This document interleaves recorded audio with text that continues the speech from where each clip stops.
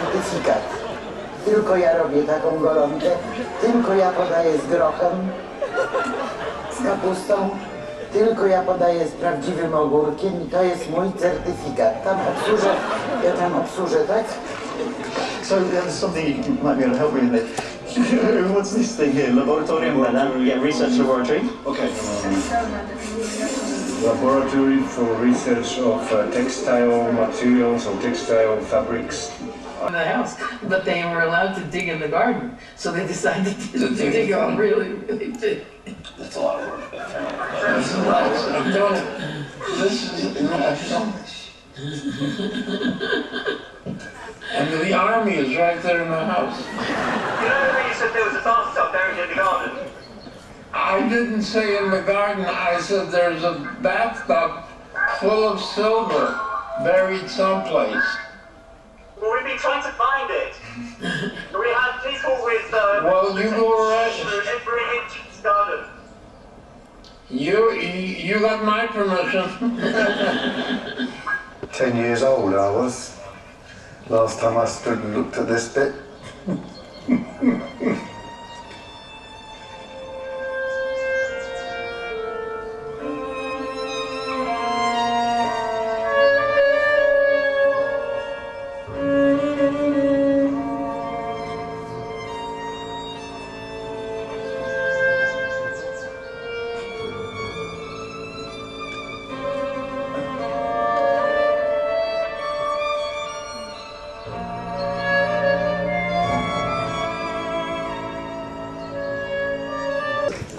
Can you join us on the stage now?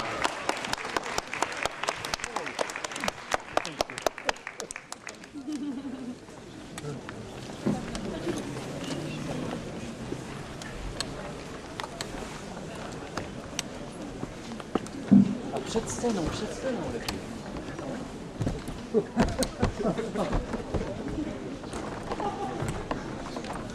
Proszę Państwa, poprosimy o owację.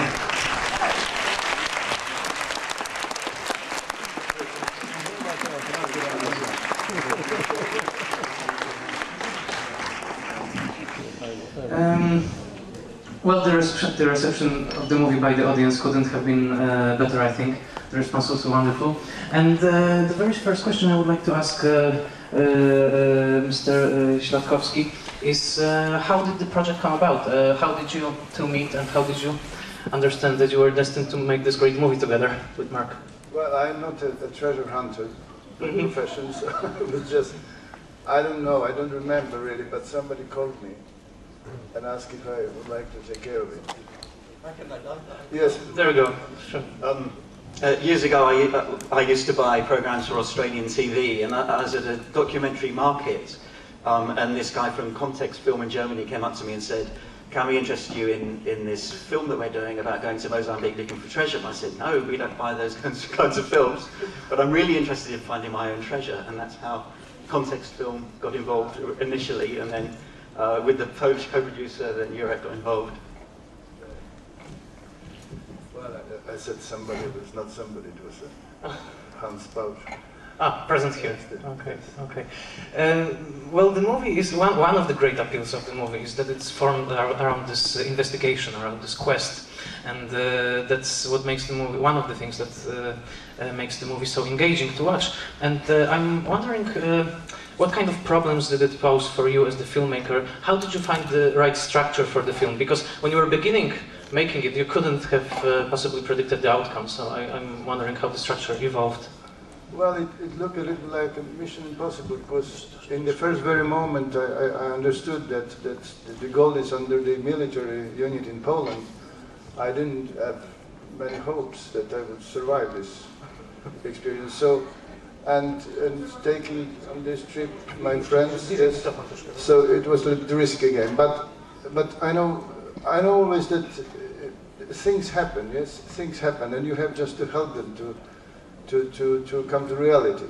So I knew that first of all the trip to America. Yes, I couldn't expect that we'll meet this mogul, this millionaire who's staying in the hotel day and night and giving orders to his servants, and and having a really fun, yes, with his girlfriends from Cuba and listening to the music. And a great character. And actually, we couldn't know that it's a bust full of silver and there is 2 Rembrandts. Nobody thought about that. It was just a little bit, few pieces of gold in the house, yes.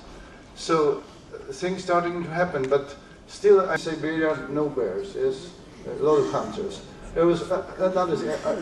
It's something. I mean, bad luck or something. So, charm. But there is always something behind such an enormous trip. Yes, and this is that you probably don't find a goal, but you find something else. So, I had this feeling that this message might grow up during the production, and that's what happened because this is a great family adventure. Yes. And you are also a kind of filmmaker yourself, right? So, what do you do for a living, basically? Because what is your occupation? My background's in TV. I worked as a buyer and a programmer for the public broadcaster in Australia. This is the first actual film that I've been sort of directly involved in. But over the years, I've watched many documentaries and been involved in rough cuts, etc., etc., etc. And I'm currently here with the Documentary Campus Master School. Which is a European program for development for producers and directors of documentary, and so we're actually here for a week, and I'm sure that people in the festival will see quite a lot of me and my colleagues on the campus. Great to hear that. I was wondering whether this, let's say your high level of consciousness about film, about the medium, didn't it cause you Jerzy and you to clash on the set of this movie? I mean, did you have your own vision for how this movie should look like, or were you just a character that Jerzy was portraying? I threw myself entirely into the process and gave Jurek my absolute trust and put myself entirely at his disposal. Do you regret it? No. It was a joyride. Well, I think it's a kind of... Let me just repeat it for the whole audience. This viewer would like to, at the end of the movie, Mark says about how he really didn't find the treasure, but at least he was confirmed in his notion that his family is really able to screw things up. And what this viewer actually thinks, that this family works wonderfully together. So how do you see this dynamics?